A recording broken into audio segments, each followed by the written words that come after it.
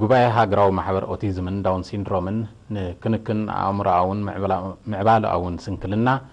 ህዝባዊ ሰረት ንሐይላ ብትሕቲ ዝብል ቴማ ሚኒስተራት ኣመሓዳሪ ዞባ ማእከል ዕድማት ኣጋይሽን ኣባላት ማሕበርን ኣብ ዝተሳተፈሉ ብ29 ሕዳር ተቃኒዑ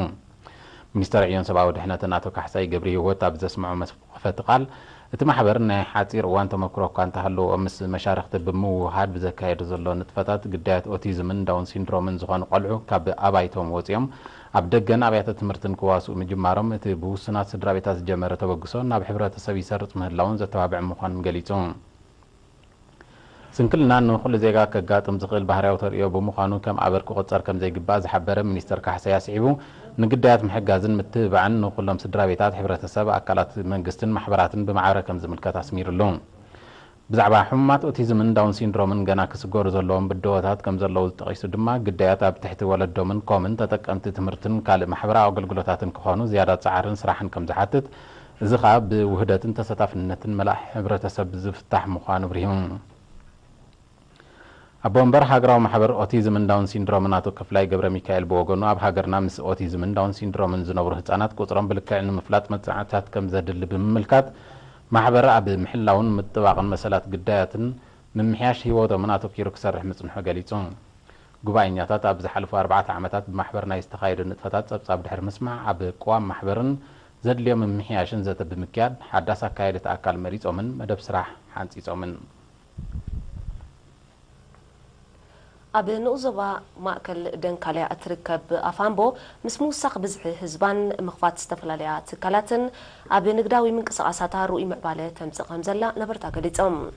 ንሳቶም ንኤሬና ኣብ ዝሃቦ ሓበሬታ ኣብቲ ከባቢ ዝርከባ ቁሸታት ተጠቀምቲ ማሕበራዊ ኣገልግሎታት ንክኾና ክነጥፋ ብዝወፀ መደብ መሰረት ብዝሒ ነበርቲ ዓዶም ስለ ዝወሰኸ ናይ ማእከላይን መባእታን ኣብያተ ትምህርቲ ከምኡውን መደበር ጥዕና ተኸፊተን ጉቡእ ኣገልግሎት ሂባ ከም ዘለዎ ሓቢሮም ቅድሚ ሕጂ ኣብ ኣፋንቦ ብዝሒ ንምዕባለ ዝደፍእ ትካላት ከም ዘይነበረ ዝዘከሩቶም ነበርቲ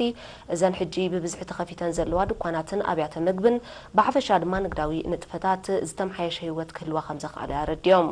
ምስ ሓውሲ ከተማ ዕዲ ዘራኽቦም ፅርግያ ኣብ ምዕባለ ዓዶምን ምልውዋጥ ህይወቶምን ድርኺት ምዃኑ ብምግላጽ ድማ ኣፋንቦ ዕሙር ንግዳዊ ምንቅስቃስ ዝካየደላ ናይ ዕዳጋ ቦታ ኮይና ምህላው ኣብሪሆም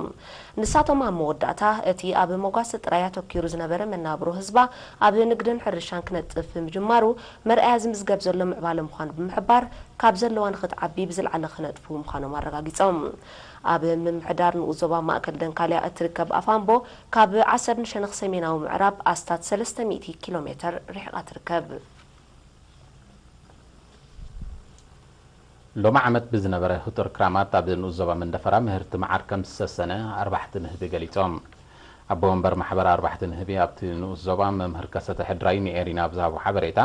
ኣብ ምርባሕ ንህቢ ዝነበሮም ኣፍልጦ በብግዚኡ ክብ ምባሉ ኣብዚ እዋን እዚ ብውልቁ 25 ዘመናዊ ቆፎታት ብምውናን ምስ ዝነበረ ህጡር ክራማት ኣብ ሓደ ወቅቲ ካብ ሓደ ቆፎ ካብ 15 ክሳብ 20 ኪሎ መዓር ከም ዝሓፈሰ ኣብሪሁ ኣብቲ ንኡዞባ ዝነጥፉ 4 ንህቢ ዝሓለፈ ዓመት ብማሕበር እኳ እንተተጠርነፉ በብውልቆም ፈቐዱ ፋሒሎም ይኸዱ ብምህላዎም ኣድማዕ ስራሕ ክዓሙ ከም ዘይከኣሉ ዝሓበረ መምህር ከሰተ ኣብ ቀጻሊ ውዳቤታቶም ሓይሎም ኣናሃብ ዘባዝሑሉን ምህርቶም ዝሸጡልን ቦታ ክወሃቦም ክሓቱ መደብ ከም ዘለዎም ኣረድዩ ኣብ ዝሓለፈ ዓመታት ብውሕዲ ዓቕሚ ከም ተበገሰ ዝጠቐሰ ኣቶ ኣስመላሽ ኣስገዶም ብወገኑ መዓር ኣካል ውሕስነት ምግብን ምንጪ ዓብዪ እቶትን ምዃኑ ብዝግባእ ተገንዚቡ ብዘካየዶ ፃዕሪ ኣብዚ እዋን እዚ ክሳብ 30 ዘመናዊ ቆፎታት ኣዳልዩ እቶቱ ኣብ ምዕባይ ከም ዝርከብ ሓቢሩ ኣብ ንኡዞባ መንደፈራ ብ332 4 ንህቢ ዝውነን 438 ባህላዊ 371 ድማ ዘመናዊ ቆፎታት ከም ዘሎ ሰነዳት ጨንፈር ሚኒስትሪ ሕርሻት ንኡዞባ የመልክት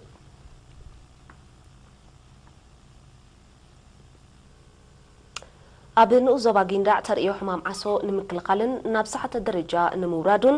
ዝካየድ ፃዕሪ ንኽሰምር ነበርቲ ምስ ሰሙያ ጥዕና ኣበርቲዖም ክሰርሑ ኣመሓዳሪ ንኡዞባ ጊንዳዕ ኣቶ ዑመር ያሕያ ምስ ህዝቢ ኣብ ዘካየዶ ርክብ ገሊፆም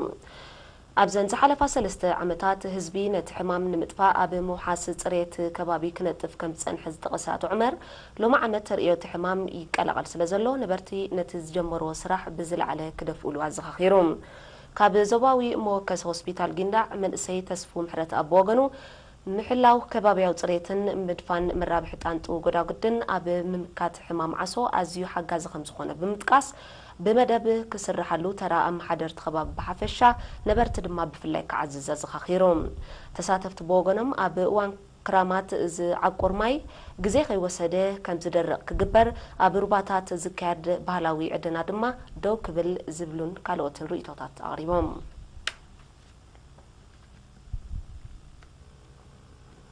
ناوت صحاي وصعات كوماو هوسبيتال طيعو بمبلشاو اب سراح صقم يغاطم سلازلو قلطو فتح كنا ديلو ابالات هوسبيتالن تغلغلتن حاتيتهم كاب ابالات كوماو هوسبيتال من سي علي حالون مومينا ابراهيم نيرينا بزهبو حبريتا صحاي وصعات اب اغلغلوت تمدبر زنبرو ابركتو بقليل كم زي قمت بمحبار ابزوان زغن بحاجه صحاي وصعات زكاي زنبر سرحات اب صقم كم زودا غليتهم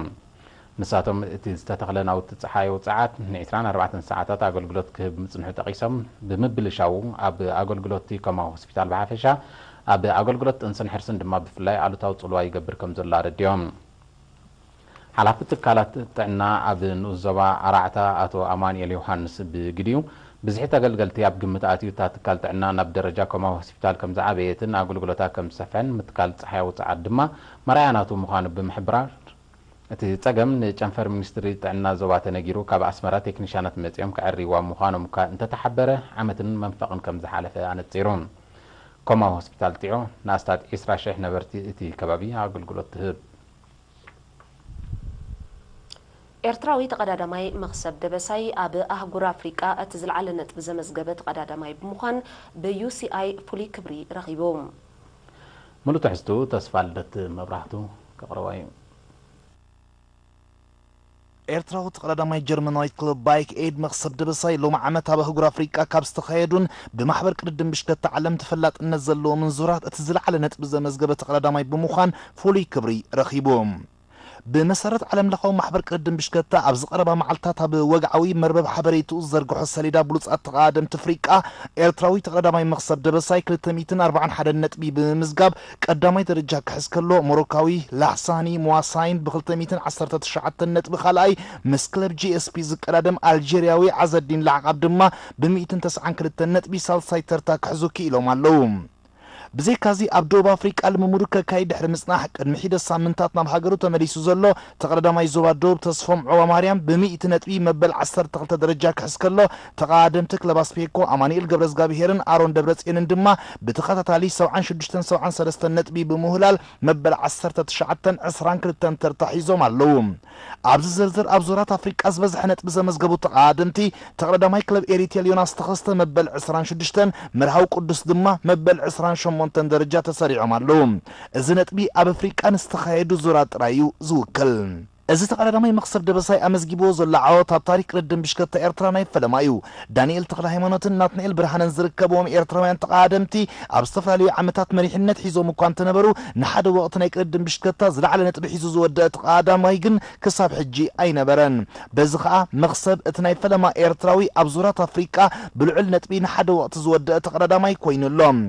ኤርትራዊ መክሰብ ደበሳይ ሎም ዓመት ኣብ አልጄሪያን ካሜሮንን ተዓዋቲ ብጫ ናይ ግዜን ቀጠልያ ናይ ነጥቢ ማልያ ኮይኑ ምንባሩ فلت كوينو ابزور روانداون امبس عقب كسمك اليوم اب ناي تحت 23 عام تقادمتي تشامبيون ايرترا 2014 امانيل غبرز غابير حمشاي ارون دبرصين شاوعي يوناس تخست دما شاناي درجه كم زحزو كفلت تخايللهم نز مسرع موروكاو صلاح الدين موروني رواندا فالنسن دوب افريقاوي منت جس لويسنيم كاب قداماي حساب سالساي تسريعملهم بدرجه هاغراوين غانتات هاغراويت غانتا موروكو ب 152 نطبي اب قداماي درجه كسرع كلا هاغراويت غانتا ايرترا ب 875 نطبي كالاي هاغراويت غانتا الجيريا دما ب 603 نطبي سالساي درجه كحزاكي لنا اللوام هاغراويت غانتا دوب افريكا ب 465 نطبي اسرزن غانتا زحزت هاغريام لوم عمت اب افريكا بستخايد زورات كاب استساتفا كلبات بإرتراويان تقادمت تقلس دوب افريكاوي كلب MTN كيبيكا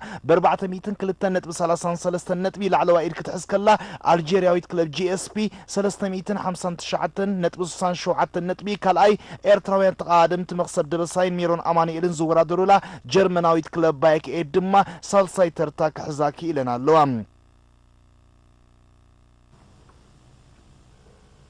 زيناتات وش تهجريهم تكتاتول زنيحكم كبرات تكتاتلتنا دحرز حصار مسجاجريت مزينا وزاخن ملا سكمينا دقيمنا مكتالكم بخبر نعدم